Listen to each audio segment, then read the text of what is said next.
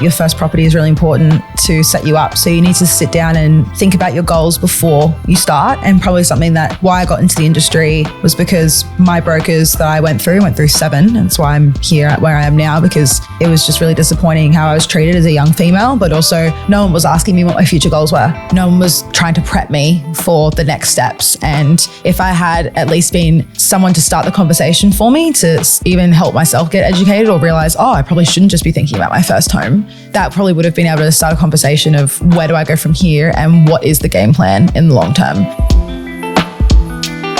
The Get Rich Slow Club podcast is a collaboration between Tash Etchman from Tash Invest and Anna Christina from Perla. The Get Rich Slow Club acknowledges the traditional custodians of the land we record on. From coast to coast, across land, waters, and communities, we pay our respects to elders past, present, and emerging. Any advice is general and does not consider your financial situation, needs, or objectives, so consider whether it's appropriate for you.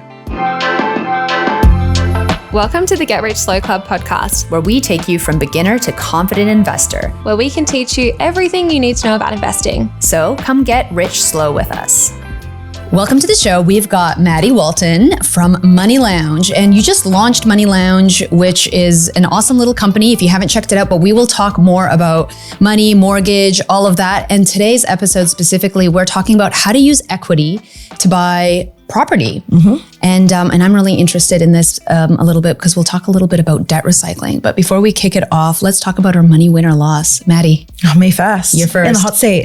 I'd say probably I'm going to go on the money win, mainly from a psychological perspective. My money win would have to be that last night I purchased an expensive dress that I actually hired, because I usually hire nice dresses for events. I had an awards night last night. I loved it so much. Got so many compliments and I just felt like a princess in it. So I thought I would spend $680 and actually purchase it. So I know that might sound like a money loss to a lot of people, but for me, it's a massive money win to be able to financially afford that, because I've never been in a position to be able to drop $700 on a dress before. Tash, your face. You're just like, oh my gosh. No, it's good. It's good because like how much a dress is so expensive to hire. They are so expensive to hire. So I paid $180 to hire it. So it's technically, from that perspective, it could be a money loss because the dresses cost me more than what it would, but I got to test it out and feel like how I felt when I went out in it. And it's a timeless dress. I absolutely love it. So to be in the position to do that, it was just so special. And it just felt like a little bit of a celebration for myself and how far I've come this year with business and career and everything. So that's definitely a money win. Big congrats. Really proud of myself. I find dress hiring is just like so time consuming and annoying. You have to go try it on and pick it up and then you have to send it back. Oh, like gosh, I would love to just keep in my bag right now. And there's a post office 2 minutes down the road. Easy. So have you hired a dress before, Tash? Yes. You have? Yeah. It's not for me. I've hired at least 15, 20 times. All my events. You always look so amazing. Well, because I don't buy new. And I think it's a really nice thing for ethically. I think things should be worn more than once. For sure. So just from an ethical standpoint and just recycling clothing. And I never buy clothes new. I'm the friend that takes all of the clothes before you go to charity. I go through it all and I take all my things and then I take it to charity. So I never really ever buy new clothes. Yeah, I think dress hire is like so great and people like should do it if you want to get new stuff. But yeah, if you just find it like close to you, emotionally exhausting trying to find something that fits. And then if I find something, I just want to wear it all the time. Yeah, true. Which is what you did. Hyperfixation. Yeah, that's true. But if you find a good dress hire near you, it can be so worth it. So one's just 10 minutes down the road from me. And especially if you're going to like big events and you need like fancy dresses, you want to have the same thing. I don't want to wear it again, but I want to wear something beautiful. And people are like, how do you get all these dresses? I'm like, I hire. My wardrobe does not have all these dresses. You don't see me putting these gowns in my closet. So yeah, that's my. But this one you will. I will. Oh yes, this one I will. This is the first time I've ever done that, honestly.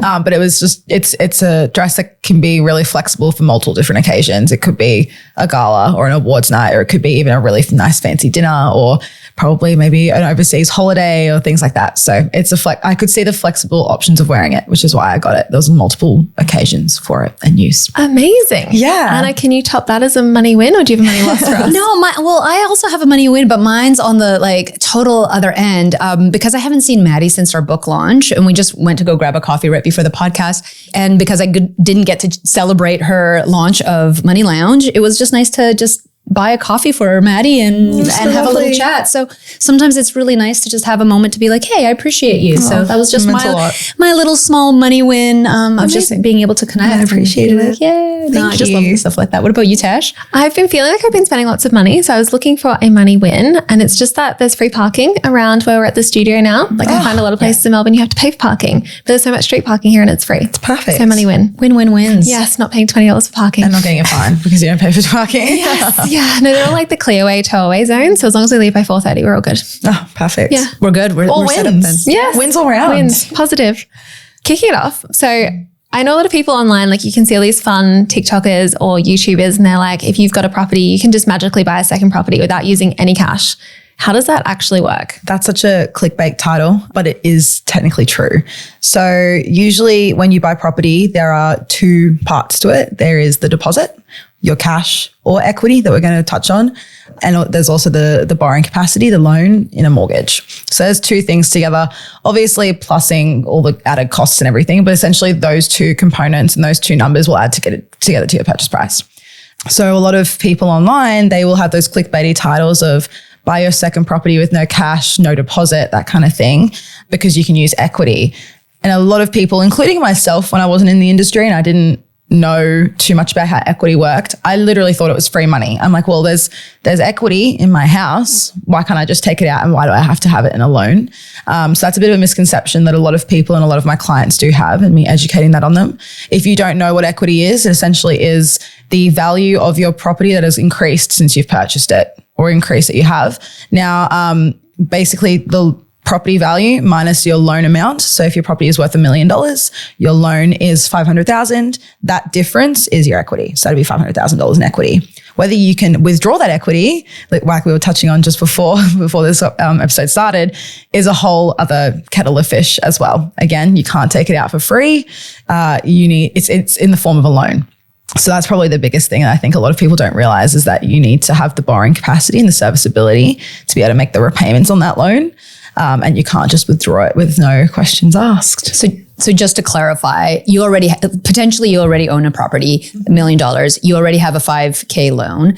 And in order to touch that equity, you would then maybe have to have another $5K loan on top of that. And when you're talking about serviceability, it's essentially, can you afford it? Can you afford it? Right? Yeah, so just to clarify all Absolutely. That. Yeah. So in my scenario specifically, I bought a property for $700,000 3 years ago. It's now worth $1 million.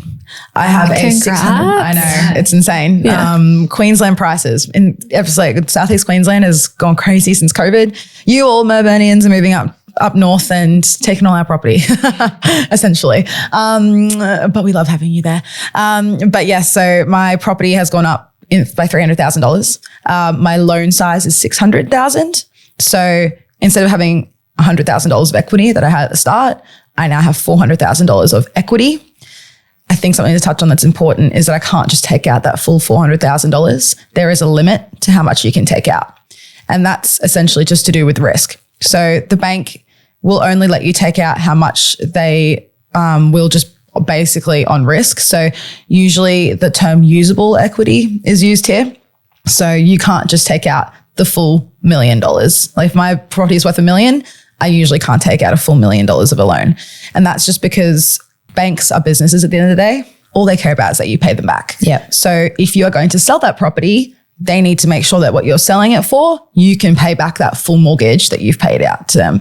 You're paying them. So in that instance, that's where interest rates come in. It's all to do with risk, how much equity you can take out. That can be to do with your career and a lot of other things as well, with how much you can take out. That's where lenders' mortgage insurance can come into play. There's a lot of things that we can touch on in other episodes, or I'm sure you potentially have in previous ones as well. But usable equity as a round number, and the usual number that everyone goes off is 20% needs to stay in the bank. So that's where that 20% deposit that a lot of people hear when you're buying property for the first time, or just in every time you purchase, that's where that term comes into play. 20%, because they like to account for the swings and the ups and downs of property values in the market, and all those downturns and lefts, rights, ups, downs, how everything happens in the property value world. So they want to make sure, again, that you're going to sell, or whenever you decide to move away or anything, you can pay them back. They just won't pay back at the end of the day. So in my instance, my property is worth $1 million. you times that by 80%, which means that my maximum loan size I could take out against that property is $800,000. You minus your current loan, mine's $600,000. So I actually have $200,000 of usable equity, but $400,000 of equity overall. Does that make sense? Yeah. Yeah. And you were saying you can't actually use yours because you don't have the borrowing capacity available? No. Yeah. So because I started a company this year, my income structure has changed. I went from PAYG to now a company structure. And also when I was PAYG, I couldn't afford it anyway either because the interest rates have gone up so much that borrowing power is going down because your repayments go up, which limits you.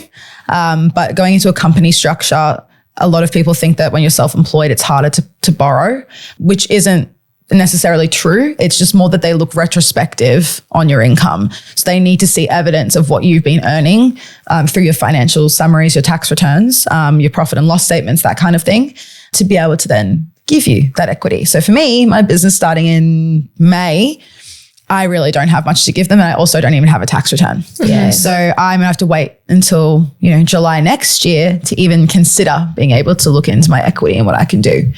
Whereas when you're PAYG, which is when you're an employee of somebody, you have a contract and they know you're a set contract, you're a full-time employee, permanent part-time, that they can tell what you're gonna be earning in the future. But when you're in a company, there's a lot of fluctuations there. They can't tell. So it's very different.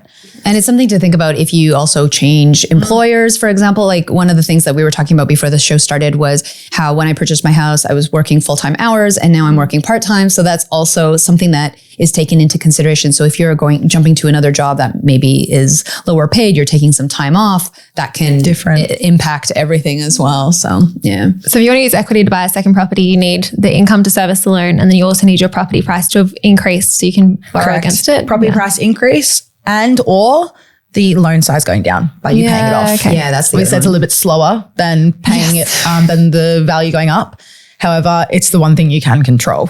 So usually, especially if it's an owner-occupied property and non-investment, people will be actively paying down that debt, and that will help. So my loan started at $640,000. It's now $600,000. Yeah, okay. So you've got like like 40 grand extra as well. Yeah. Yeah, I'm like, cool, I pay $50,000 a year in the payments, but only $35,000 has come off that loan amount. Yeah. Love that for me. Interest. Yeah, fun. Yeah, because those loans are front loaded. So for anyone who doesn't understand, like front loading is usually like, and you can probably explain this better working in that industry, is just the interest is usually what you're paying off, not the principal at the beginning of the loan. Yeah, so it usually works in thirds. So if your loan term is 30 years, the first 10 years, you're paying more interest.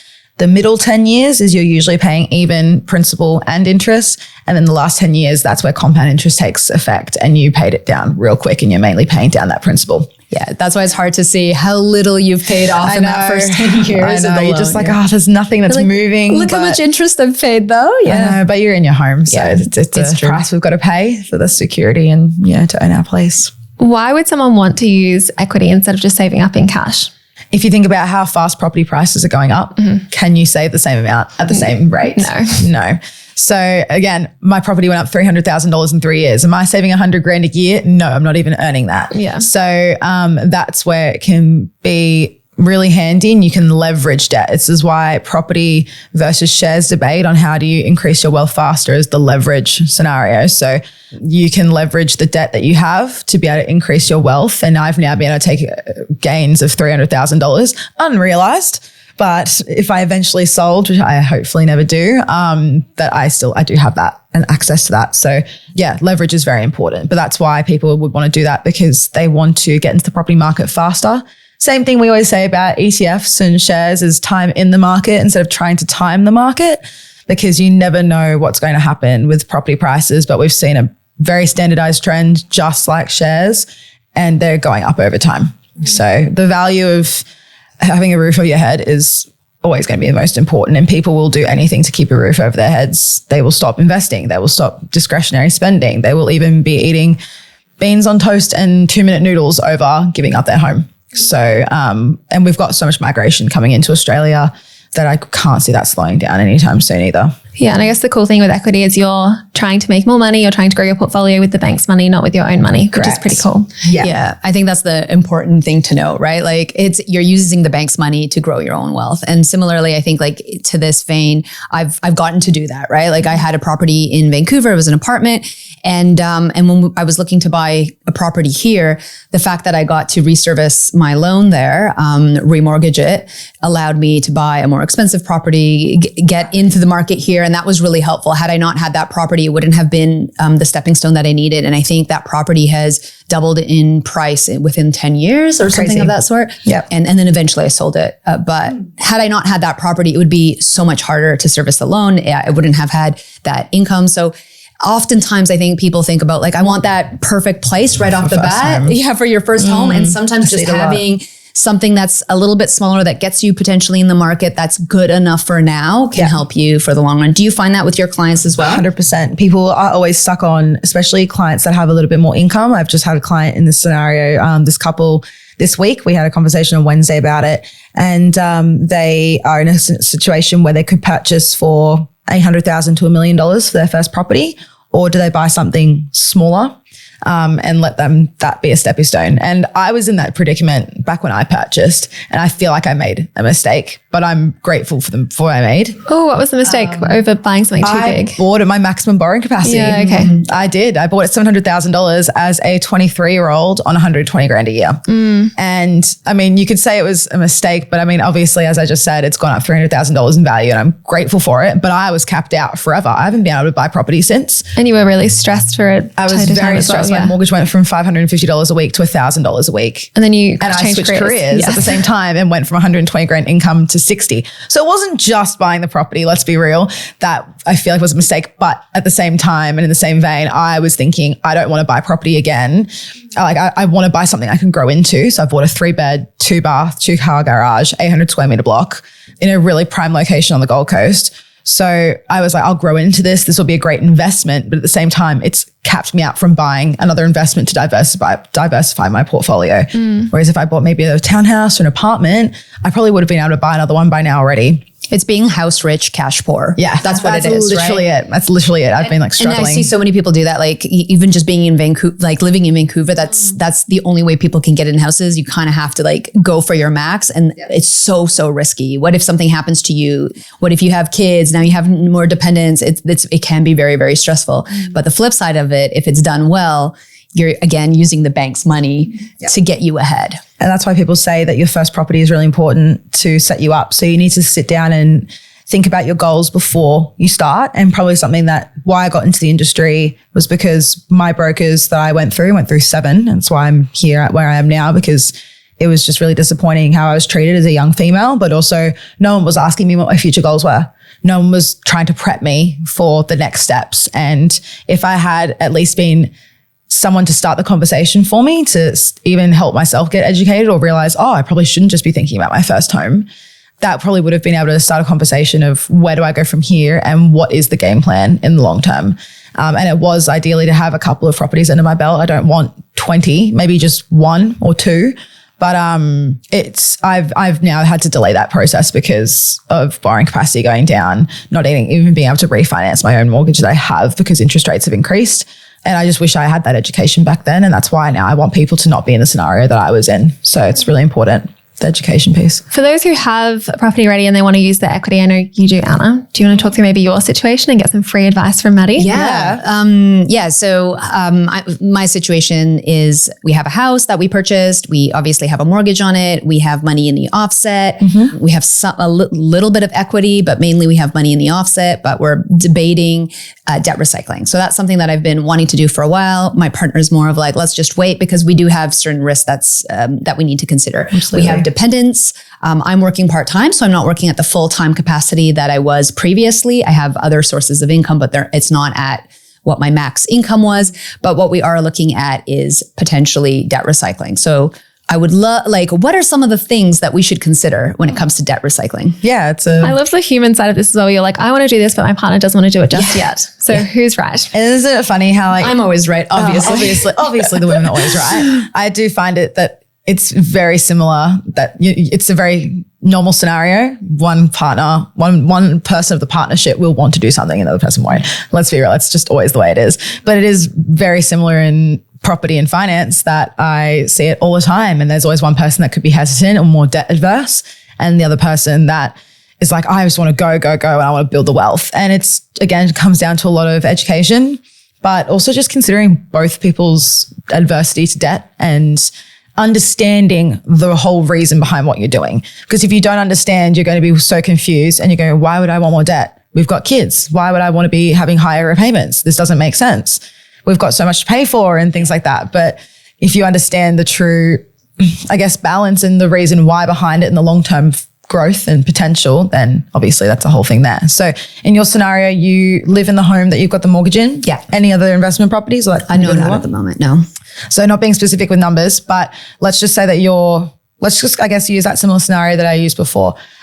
Do you think your property has gone up in a bit of value or not really? A little bit, but not too much. Okay. So let's just say it's only gone up by $100,000. Only 100. What a great world property can be. 100, only 100, but Yeah. it'll be okay. Good. 50,000. No. I like it because it's round numbers. It's good. Yeah, it's just easier to use. But it's also an example of like that sometimes it can be the reality, and that's the big difference between property and shares. Yeah, like right? crazy because like my shares have gone up $75,000 the whole time I've had them. There's like 250,000 in there, but my proprity's gone up like more than 100,000 for the shorter period of time that you've had I put less money in. Yeah. So the power is crazy, but fun.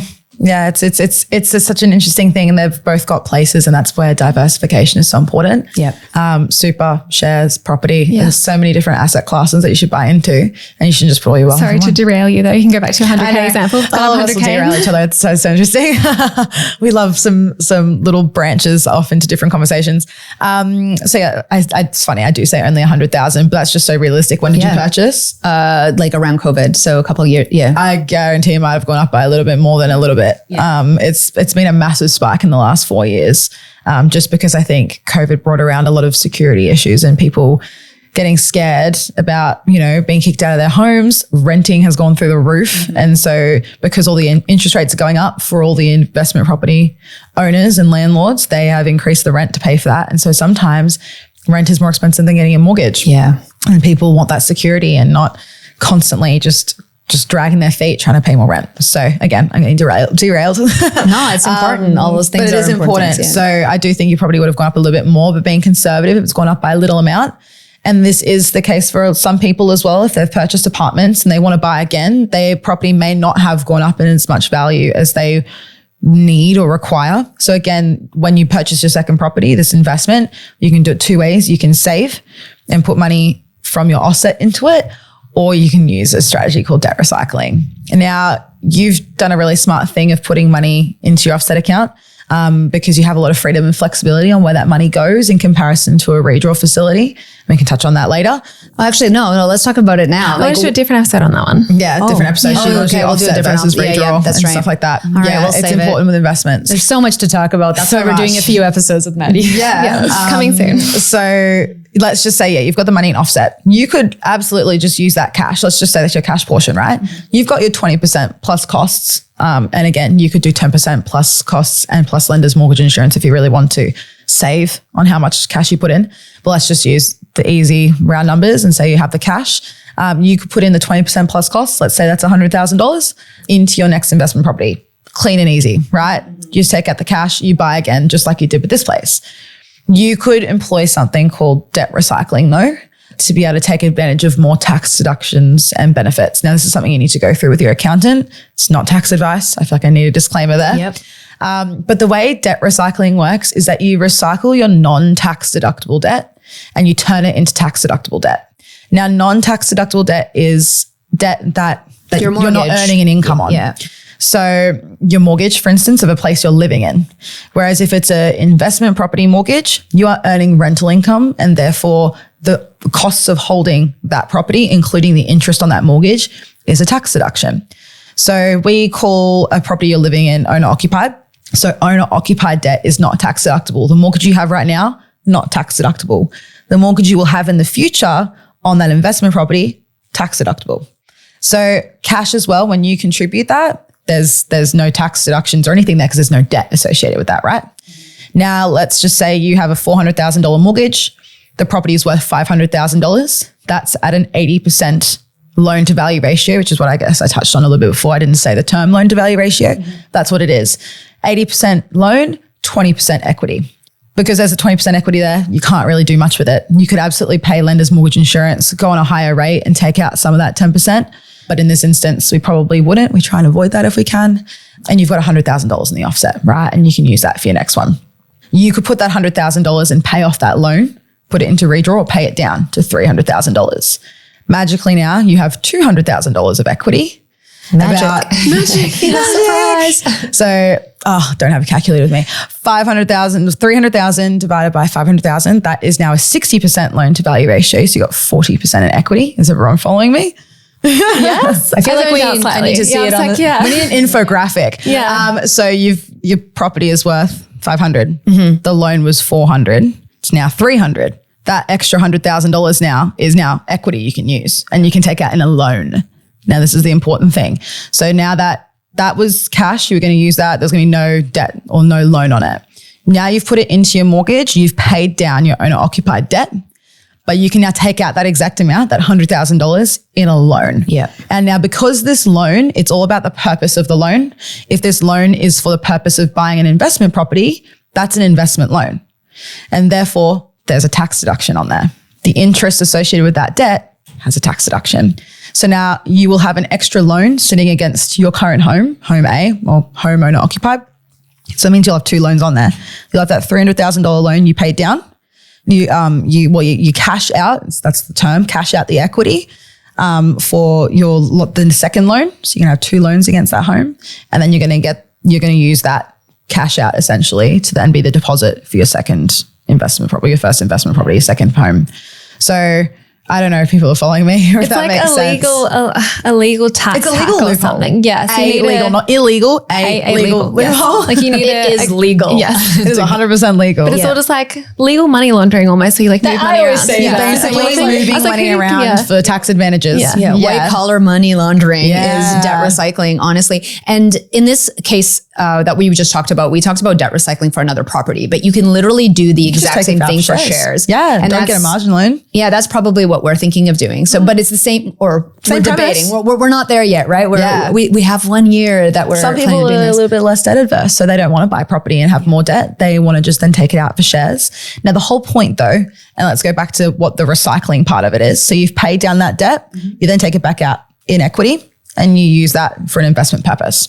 Could be shares, could be property. Now, that investment purpose is going to be making you income. That's the point of it being an investment, right? Rental income or dividends or capital gains, anything like that. Now, that income is then used to pay down your owner occupied debt. It's going to keep paying it down. The goal is to keep paying that down as low as possible. And then you keep cashing that money out as more investment loans and you keep that cycle going. Keep going until you've got That's rid why of you're all of your recycling. owner occupied debt. So you pay down the owner occupied loan, you then cash it out as an investment loan. That investment then starts earning you income, which that income then pays down the owner occupied loan. How often do you do the this? cycle. Like, is it like every time you get paid, you're like, I'm going to pay it down and then get another loan out? Or is it like once a year or once every 6 months? It really depends. It's so hard to, it's such a, I feel like that's the case with everything. Isn't it? That's your hard question. Is it like $50,000 Has or like? the property value gone up? So instead of your scenario where you're taking out you're paying down the equity from your cash reserves, people might not have cash reserves. And honestly, in this day and age, having a cash reserve, cash is king. People just want cash, right? But if you're like me, I've got no cash in the bank. So I would need to use the equity in my home to do that. So, and the only reason we have cash is because we sold our first first property, right? Had I not sold my first property, it would be a different situation. So we're in a similar situation where we've got equity there. I've got equity from my value of my property going up. You've got equity from cash, but we can use it in the same way. But you can pay down that loan. You've now created equity for yourself in that property. From the bank's perspective, we can both take out equity if we can afford it to then pay for an investment. The big question is if we can afford it, which we both said that we 100%. probably maybe can't at the moment. Who knows? Yeah, I'd have to run the numbers. But to your point, some of the things that when I was first trying to understand debt recycling that I got a little bit confused about was the reason of the debt is why you can debt recycle, like why it's tax deductible. So for example, taking that money out and now you're using it for an investment. So an investment property, or you're going to invest in shares. And because those are investments, that's the reason it's debt recycled. Correct. You can't take it out to pay for a wedding, pay for a holiday. A lot of people will take it out for renovations on the property. But if you're living in that property, it's still an owner-occupied debt because it's not earning you an income. Yeah. The key is it earning you income? And then the recycling circle part the income. is the part where you're getting income. So whether you then debt recycle to buy a rental property, you get rent, and that money is going back into All the your original surplus debt. cash flow. And similarly with shares, right? So you're using the same thing. You're using your debt to buy shares. They pay you dividends, and it's going in that circle That's again. the recycling. Yeah. So all your surplus cash flow sits in an offset of an owner-occupied facility or non-tax deductible facility, or you're paying it off essentially. So you tend to not really have a lot of offset accounts sitting on investment properties but I mean, you would if you're just rent vesting and you don't have any owner-occupied debt or bad debt for that sense. But if you have an owner-occupied home, you're shoving as much money into that as possible. Yeah. So if you own your own home, then you can debt recycle. But if you're like me and I rent vest, then you can get equity out to buy something else, but you can't debt recycle in that way. You can't really debt recycle in that way, but you could in your scenario. The goal is that you want to keep building your property portfolio up until you're happy. You keep recycling and you keep rinse and repeating, taking out equity, use it to purchase next, take out equity, use it to purchase next. That's still recycling, I guess, in some degree. Yeah, but slightly different strategy. It's not like save on tax, it's grow wealth. Yeah. Well, you can save on but tax then you can by start negative gearing, but that's a whole other topic. Fish. No, mine is positively geared. Exactly. Oh, So yours is enough. positively geared. Yeah. So if you're negatively geared, you might buy a property and have interest-only loans. And that's usually what you most likely will do. You will lower your repayments on your investment because the extra maybe $500 a month that you'd be paying on the principal of an investment, you pay on the principal of your owner occupied. Right. Because that's the debt you want to get rid of first. And you want to keep your investment debts as high as possible. So that's where the adverse debt comes in. And it's like, what are you comfortable with? And so a lot of people for investments will be interest only up until they've got the properties they want and they're happy with their cash flow. And they'll go, all right, I'm comfy with this now. I can start paying them down and go principal and interest like Tash is doing when they're positively geared and they're making money. But until they're making money, especially in this market, most people are not positively geared right now with how high the interest rates are. Tash is still on a fixed rate. Yes, for a few Very, more very months lucky. till April. It's coming up. Not long left. Yes. It'll be a lot less positively geared then. We'll see. I bought I a very think it good might time. still be I think it'll positively be fine. geared. Yeah. Just not as much because you can have more costs associated with holding it. Yeah. So yeah, it's a very interesting topic, but that's essentially where the term recycling comes in. Yeah. Just very fancy stuff. I know It it's is. the fancy terms for It can feel confusing. It can feel confusing, but once you understand the recycling and you have a look, if you look up on Google debt recycling and that infographic of those 4 points that we touched on, it will make a little bit of sense in your head once you've been able to see that visually as well. You don't usually do it yourself. Like if someone actually wants to do this, where do they start? Do they come to a broker like you? Accountant first? Yeah, and then accountant and a broker. Yeah, okay. Yeah. I will never recommend or say this is what you need to do because it is all tax advice at the end of the day. Negative gearing and all of those kind of things are involved. And that's a accountant's realm, and I'll never say that I know more than an accountant because I do not. So I'm the one that helps you get there and helps you employ that strategy. But this is something that you should be having your A team around you, financial planners, accountants, brokers. We all work together to make that happen. But your accountant is probably where you should start. But I always give people the idea and I say, have a look and see if this will work with your accountant if you have one. So yeah. This is where I think it's so important to have those people in your court, having a really good accountant, having a really good financial advisor can help you implement that. Because if you don't, there might be things you don't know about. Like some people might be hearing about debt recycling for the first time or understanding how it works and have never considered it, right? They might be like, cool, this works for me. But what if it doesn't? Yeah. And so that's really important to just talk to everybody and have important people in your court that are giving you as much education as possible on the pros and cons. And the cons especially, what are some of the risks that come with this? Because we've made it sound all very happy and positive. yeah, and like nothing but can go wrong. what if the property goes down in value? Yeah. What if you aren't buying a good investment What if you end up being risky? This is where if you're buying shares, for instance, what shares are you going to be investing in? Yeah. We always say that we love ETFs and slow and steady wins the race. But what if people want to buy into mining stocks or penny stocks? They say they're telling me and their accountant they're going to be buying this, but they go see something online saying, oh, buy Bitcoin and then it crashes. What are you going to do? Yeah, well, I've heard stories of in Perth, especially or WA, where people have bought like multiple houses in the same mining town. The mines have then closed up, and then everyone they haven't been able to pay back their loans at all. No. Oh my and gosh, they can't sell it either. Yeah. And if they sell it, this is the whole thing with a bank. Again, they're a business at the end of the day. They have that risk tolerance of 20% of equity. Yeah. But with mining towns, the property will halve in value, if that. And then if it was worth 800, now it's 400, but you got a $600,000 loan. What are you going to do? Yeah. And especially if you over leverage, right? Like that was the other conversation that we had. So it's if interest rates go up again, yes, you're at a higher risk. Yeah. Serviceability buffers are very important. And a lot of banks have that 3% buffer in place. So if an interest rate is at 6%, the banks are going to be assessing you at 9%. Bit crazy with COVID when it was 2% and then it went up it's over now 6. Yeah. So when it was 2%, the serviceability buffer was 5%, but we're at over that now. And so that's where, people are struggling with their mortgage. Yeah. And that's where we're at. So it's very important to be considering all those risks and costs involved and chat to the people around you and support you. And people can always give ideas, but I think when it comes to anything with tax strategies or anything like that, which debt recycling is, an accountant is your best place to make that happen. And a financial planner is the holistic person to go through. If you have one, I know that that's not something that a lot of people are able to afford. But then as a broker, I can help you employ that. And as a broker, figuring out your serviceability, is that something that you help out with? Yeah, exactly. So I would sit down and go, okay, well, how's this going to work then for you if you want to buy shares? What is this repayment going to be monthly? What are the dividends are going to be potentially on that? If you're looking for capital growth or dividends, it's a whole other kettle of fish. So hold on. So for debt recycling, even if you're buying shares, you would talk to a broker, not an accountant, or you would be talking, if you're buying shares, that's going to be a financial planner to recommend shares and how that works for you. Again, I'm just the person to help you do what you want to do. You're getting the loans. You're doing the loans. I'm just the loans gal. I mean, I help out with a lot of things and I give a lot of broad information, but I'm not giving you advice on what you should be investing in and how you should be taking that money out. Someone comes to me going, I want to take out equity to purchase my investment property. Done. I'm going to help you do that. Yeah. But I'm not going to tell you where you should buy and what you should buy and how much for. I mean, I can tell you what your maximums are.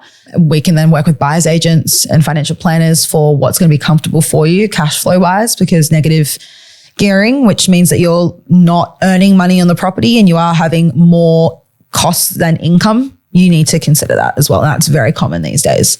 So you need to make sure that it works for you. So yeah, it's but yeah, you can definitely buy shares, absolutely. But I'm not going to tell you what to buy. No, I know. I think my question was more like in my head. I was like, oh, I would obviously just talk to my bank because I already have the mortgage with them. But Maddie's like deep. I know. But like in my head, that was the thought. But and I was how like, do you know the bank would work for you? For sure.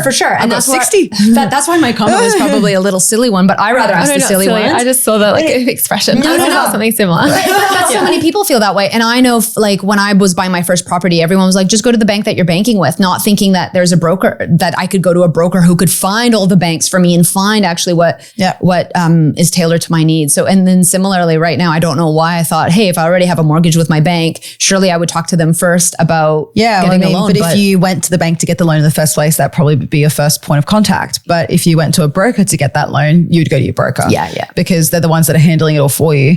Because that's actually a really good point. Going to the bank directly, what if they don't value your property high enough? I have a lot of banks on my panel, right? So I have at least 60, maybe I think there's about 73. But there's a big swing in the value. So like my value of my property with one bank is 1.2 million. Wow. And with another, it's 800,000. Wow, that's a huge difference. That's a massive difference, isn't it? Now that may not matter if I just want to refinance dollar for dollar, essentially. So my $600,000 loan, I just want to move it and still be $600,000. Wouldn't matter too much. But if I need to take out $200,000 in equity to be a deposit for my next property, well, then I need to have a bank that's going to value my property high enough. And this is why interest rates and products and all these things, the interest rate and the number isn't everything. Sometimes you may need to pay a higher interest rate to go with a bank that's going to give you the equity to be able to do what you want to do. Yeah. So if you go directly to a bank A, but they're going to value it less, you're going to be like, oh, well, I guess I can't do anything. That's such an important point, because when I refinanced my property in Canada, because at that time I was a non-resident of Canada, and this is very niche, but it is exactly the same example. So many people didn't want to lend to me because I didn't live in Canada, but my property was in Canada. So there was only a handful of banks that would even lend to me. And because of that, I had to pay a higher interest. Yeah. So it's because of those needs. And then similarly, when I was buying our house here in Australia, because I own property in Canada, they found that as risky for some reason, or they were like, interesting. Because it's not, or like certain banks were like, we don't want to talk to you because you own property, so you have debt elsewhere. Yeah, and they can't control it. And they can't control it. And they don't have the asset either. So there were only certain banks that would touch me. And then I know some people want to just bank with ethical banks, for example. So that's another consideration.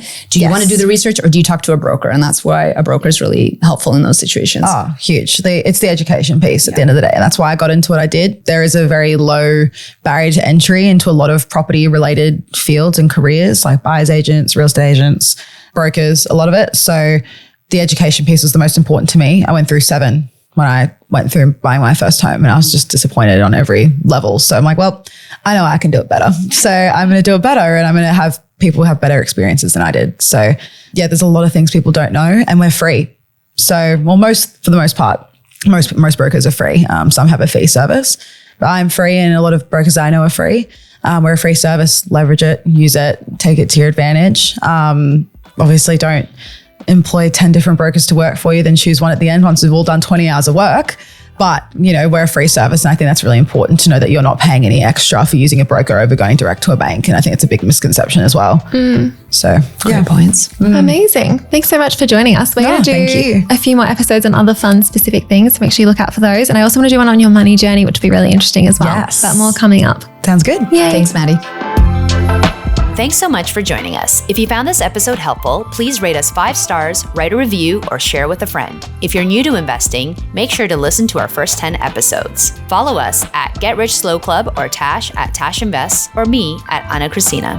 This show was brought to you by Natasha Etchman, who is an authorized representative 1299881 of Guideway Financial Services, AFSL 420367, and Perla, who is an authorized representative 1281540 of Sanlam Private Wealth, AFSL 337927.